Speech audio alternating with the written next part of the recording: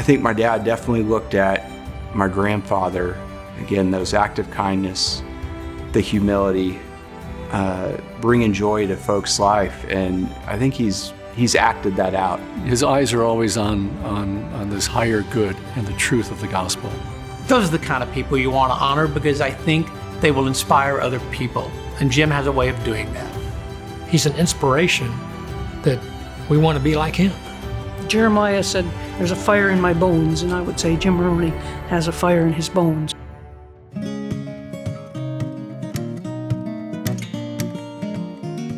My parents really influenced me by the examples of their charity, their generosity, their just general love of people.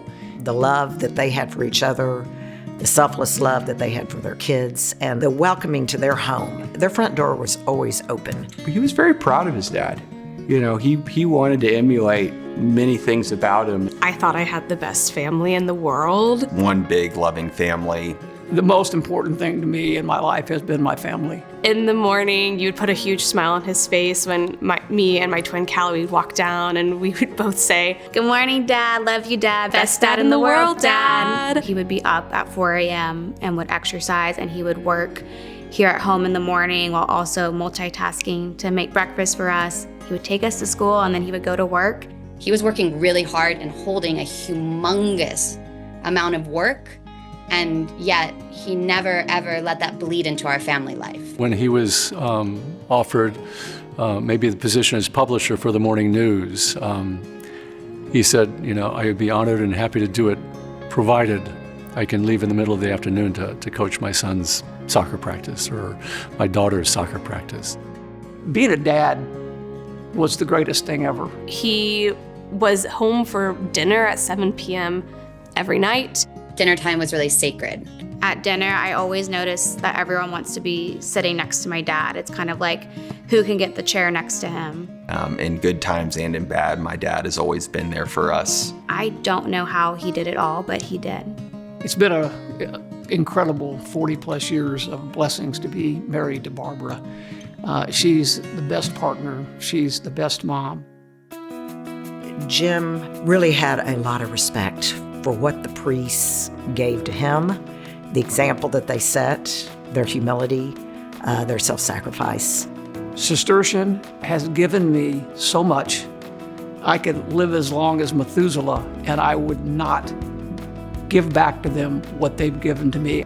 Every Friday morning, he would go to breakfast, take myself and my sister May, but he'd go to breakfast with Jerry Thompson and Peter Smith, and they would figure out how are we gonna, raise $2 million for Cistercian. We were in our 20s, barely out of college, and we didn't know what we were doing, but we had connections. We had our parents. And so they raised the money to build the science building, and they were just in their 20s.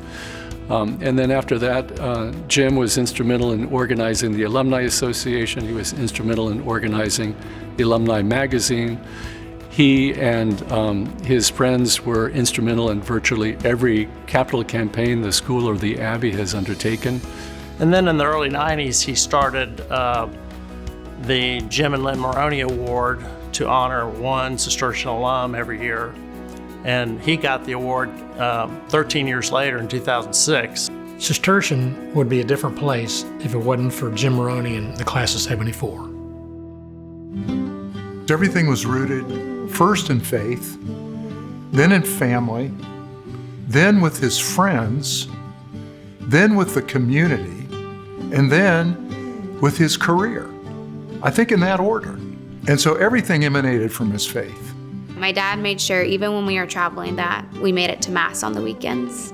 We could be in Jamaica, and my dad would find a church to go to. It's not something that he just goes to once a week at church. It's living inside him. It's like an ever-present flame. And every day he tends to that flame and it never goes out.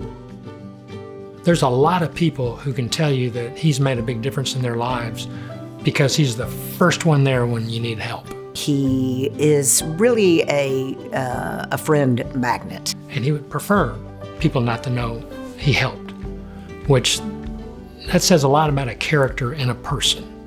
I've never known him to seek credit for anything. He does things because it's the right thing to do in his mind. Really, everything that Jim did has changed my life and changed the lives of thousands and thousands of young Catholics. He sent me so many letters of encouragement, emails, handwritten notes, and these have really made the difference for me. When I think of all the young people that have been touched by this ministry, I know without a doubt it's from Jim's motivation and encouragement. When it came to telling stories and telling a really good joke, my dad was great at it. And so we all loved hearing him tell stories because he was a born storyteller. Our father worked for not WFAA or the Dallas Morning News. They worked at Communications Center. He felt like he wanted to continue the tradition of his father and to continue that tradition as an employee of the company. He had an incredible career in broadcast, in the internet, and in publishing. Now, they're all media, but they're all very different. The fact that he could rise to the top in all three of those speaks to his capability. Nobody did everything like Jim did, culminating in him becoming the publisher of the paper. The Dallas Morning News, he saw it from going from paper to the digital era, which I bet a lot of people didn't think was possible. Shortly after he was named publisher in 2001 of the Morning News, within 3 or 4 years, he was named as Publisher of the Year. Now, there are people out there who devoted their whole career to newspaper publishing and never got close to them. They were good people. My dad is a master storyteller. It's a gift, and he has it. The homiletics is probably the perfect intersection of his passion and faith. He's naturally a gifted orator. And he saw effective preaching as a great instrument for bringing young people and family members back to the church. To me, the homily is like a front door to the Eucharist. And for our young people, it's probably a door that needs to be opened. And it was an inspirational moment for Jim to quit talking about improving the homiletics in the Catholic Church and go out. He felt God saying to him, okay, quit complaining about preaching and do something about it, make a difference, and make it for everyone. So we did a survey with the University of Dallas' help. We got back over 3,000 completed surveys, and the average grade was a C+.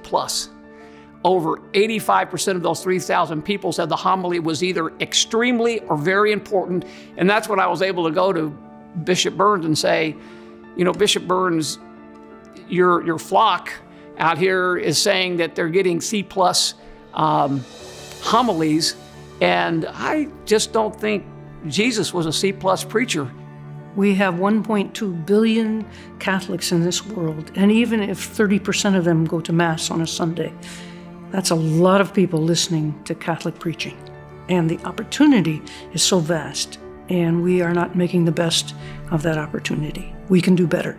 And so the challenge is, how do we help our preachers connect with their people so that the preaching speaks to their lives? I always like to say there were really 3 of us that were doing this campaign from beginning to end.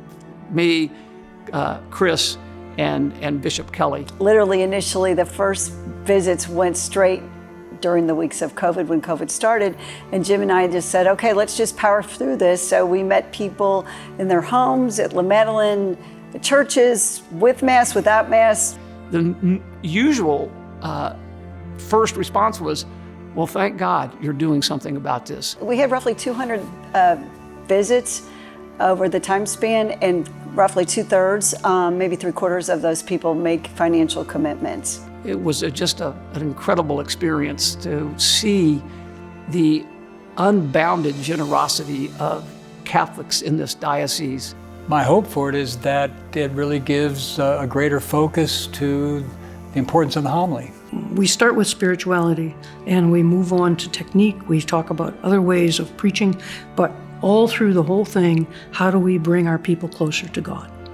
If we don't help them fall in love with Jesus, what are we doing? Dr. Bellinger emphasizes, and it's just true, that there is no effective preaching that does not come from a personal relationship with Christ. And so the starting point for the Homiletics Institute is to foster that relationship with Jesus Christ, and then to help us as priests and deacons nurture that in one another.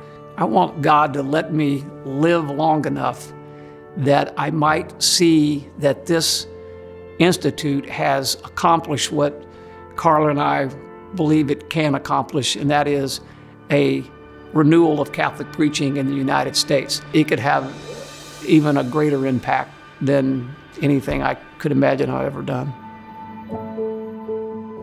I cannot think of anybody, perhaps maybe Dad, that deserves this award more than you. Dad, congratulations. We are so proud of you and we love you so much. I'm just so proud of you for sticking to your craft, for working hard. No one deserves this award more than you.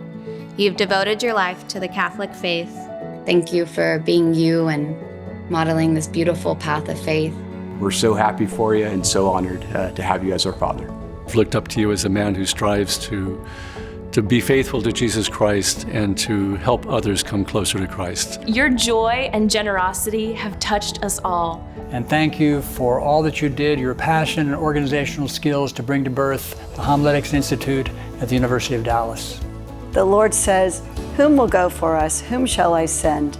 And you said, "Send me, I'll go." And that's you, Jim. If your hero, Muhammad Ali, were here right now, he would tell you, you are the king of the world and a bad man.